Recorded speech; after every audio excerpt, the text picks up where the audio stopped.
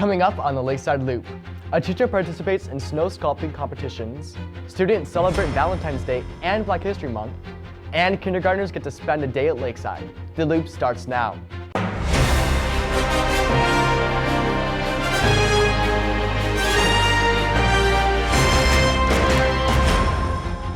Welcome back to the Lakeside Loop. I'm John Loest. And I'm Wyatt Schmidt. And I'm Natalie Pop. Today we're honored to have a guest host on the Lakeside Loop. Wyatt Schmidt is from Trinity St. Luke's Lutheran School and will be helping us out today. Thank you for the nice introduction. A couple of weeks ago, a teacher got the chance to participate in a snow and ice sculpting competition against some of the best sculptors in Wisconsin doing Sturgeon Spectacular in Fond du Lac. Mr. Kasper tells us more about this competition. This weekend I competed in the state snow sculpting competition in Fond du Lac, Wisconsin. It's called the Sturgeon Spectacular. And what it is a group of 10 different teams made up of 3 people, and they are competing for a spot at the national tournament that usually people hear about, and that's the one down in Lake Geneva. The team is made up of myself, my little brother Jared, and a former student of mine named Shayna Bolt, who has been carving ice with me for the last 6 years and snow for the last 2 years. It starts at 1 p.m. on Friday, and then the tournament ends at Tools Down 1 p.m. on Sunday. So you've got that entire time. You can work through the night if you want to. The goal is to take a 6 foot by 6 foot by 8 foot tall block of snow and turn that into some kind of a sculptural masterpiece. The snow itself is brought in by machines and it's pressed into a form. The blocks themselves can weigh anywhere between 8,000 and 9,000 pounds. So it's a lot of material. And it's all about math and meticulously measuring and deciding what needs to come off, because once it comes off, it is really hard to put it back on again. Our theme this year was Curiosity Conquers Fear. And we did a 8 foot tall gargoyle and then a 4 foot tall girl reaching up at him, just to show that she's not afraid of the big monster. We did not place. There's 3 spots. You have the first place is guaranteed going to the tournament, and then there's second and third places. We didn't get any of those. There was also a people's choice, which we were hoping for, but we didn't pull that one off either. The first night, I think we stopped around 11:30. The second night, it was closer to midnight, and then you are up and rolling by 7 o'clock the next morning. So between getting back to the hotel, getting all your snow gear off, drying everything, you're not getting a lot of sleep. But it's worth it. It's 3 days, and then you can go back to work on Monday and pretend like nothing happened. Mr. Kasper also got to participate in a state ice sculpting competition this past weekend. Sounds like a very fun experience. Valentine's Day is a day where most of us expect to receive flowers or candies from those around us. This Valentine's Day, students were able to purchase flowers through Teens for Christ to be given to other students. Gabby Schmid gives us more details. So we had a Teens for Christ flower sale. We started selling Tuesday in the morning and anytime during study halls that people wanted to come in to the ELC and buy flowers. We had friend, Valentine, or family cards. And so you were able to write a little note to your special someone and also indicate how many flowers you wanted them to receive. It was 1 flower for $2, 6 for $10, or a dozen for $18. We made a total of a little under $400 of profit that will all go to OPGO. And people could pick them up either Thursday morning, since we got the flowers a little earlier than Valentine's Day itself, so they could pick it up Thursday after school, or Friday morning, Friday after school, and then we had like 40 extra that people were able to pick up. So on Thursday during homeroom, we had everybody that had bought the cards previously.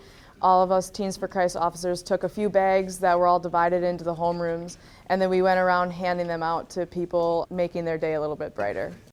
Thank you, Teens for Christ, for supplying the flowers for this past Valentine's Day. And now, over to sports.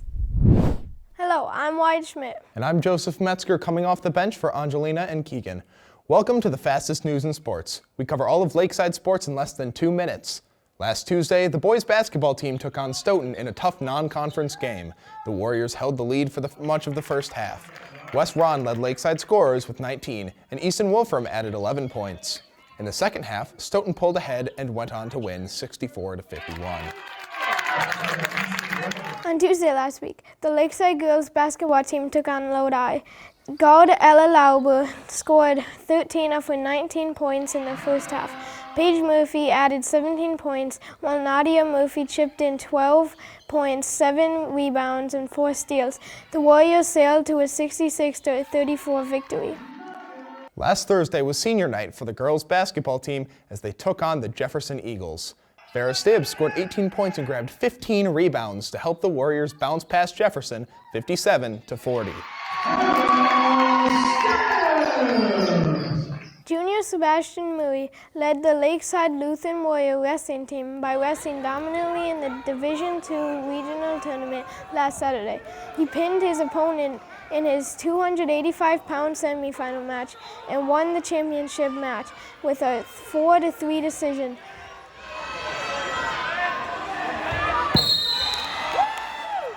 Jeremiah Rickert was the only other wrestler to move on to sectionals. He placed 4th at 120 pounds. And that's time.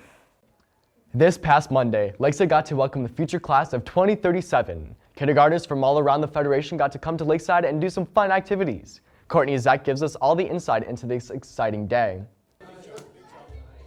So on Monday, a bunch of kindergartners from around the different schools, they all came to Lakeside to kind of have an experience of what high schoolers experience. So that when they got here, they all put their stuff in the gym, and then we had a little devotion with Mr. Lauber. It was really good. And then we divided into different groups. So I think there was about 13 different groups. So I was a group leader, and so we started in different stations. Each station was about 10 minutes long. We started in the weight room, so they did different jumping around stations. They're all jumping around in different hoops and stuff, and then they really liked the big balloon things, massive balloons that they were just bouncing around in the gym. We had petting animals, so there was a baby calf, there was a baby sheep that they really liked. They got to hang out in one of the school buses and pretend to drive the school bus, which was really fun. I think all the kindergartners had a lot of fun. It was fun just going in different classrooms. They're like, I've been in this gym before, if their brother or sister played basketball in there. So I think they had a really fun time with that. They also had fun interacting with, I think, high schoolers, just kind of experiencing what they experienced throughout the day and just learning about Jesus every day. I would say this gets me excited for teaching little kids because I want to be a kindergarten teacher. That's kind of the age I want to teach. And just seeing them, when you talk about Jesus, that their face just lights up. They just love sharing the gospel. They're not afraid to. They're not scared to say what they think. And so they just love talking about Jesus and about God's word, and they're not afraid to share it. Looks like the kindergartners had lots of fun. February is Black History Month, which gives us an opportunity to celebrate another culture. This month, Lakeside is giving students the chance to try different styles of food to appreciate these different cultures. Mr. Rosenau tells us more details. Today, as part of our celebration of Black History Month, which is the month of February, we are allowing our students to enjoy kind of a cultural experience through some food sampling. So one of the things the organization has kind of determined is that food is one of these things that really brings people together and creates fellowship. And so we're working with a catering company, a restaurant out of Watertown. It's called C&J's Barbecue and Soul Food. It's owned by Jeremy Sanders and his wife. They're originally from Chicago. They've moved up here and they have roots in the South. And so they have this soul food restaurant. And so we ordered some black-eyed peas and some collard greens, things that probably the average Lakeside student has never really had the opportunity to try. And what we're really trying to help our students understand is just the fact that much of this food was born out of necessity. So much of the cuisine kind of predates and even it goes back to the days of slavery. People that were under the rule of slavery didn't have access and a lot of options when it came to food, and so oftentimes they were left with the leftovers.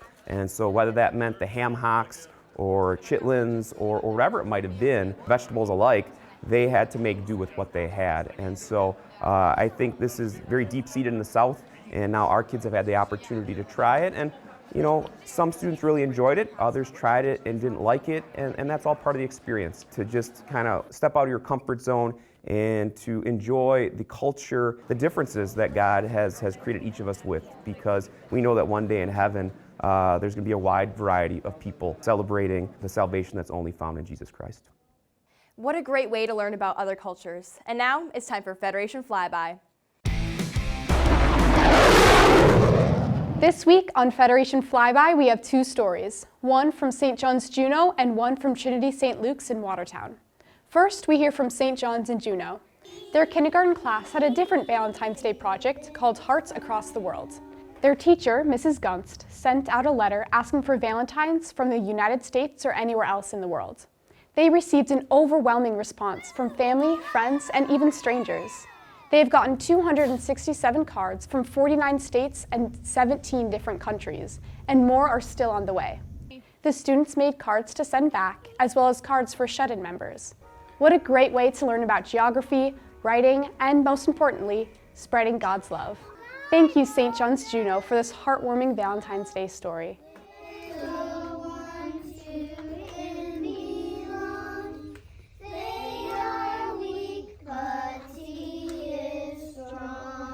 Last week was Spirit Week at Trinity St. Luke's, Watertown.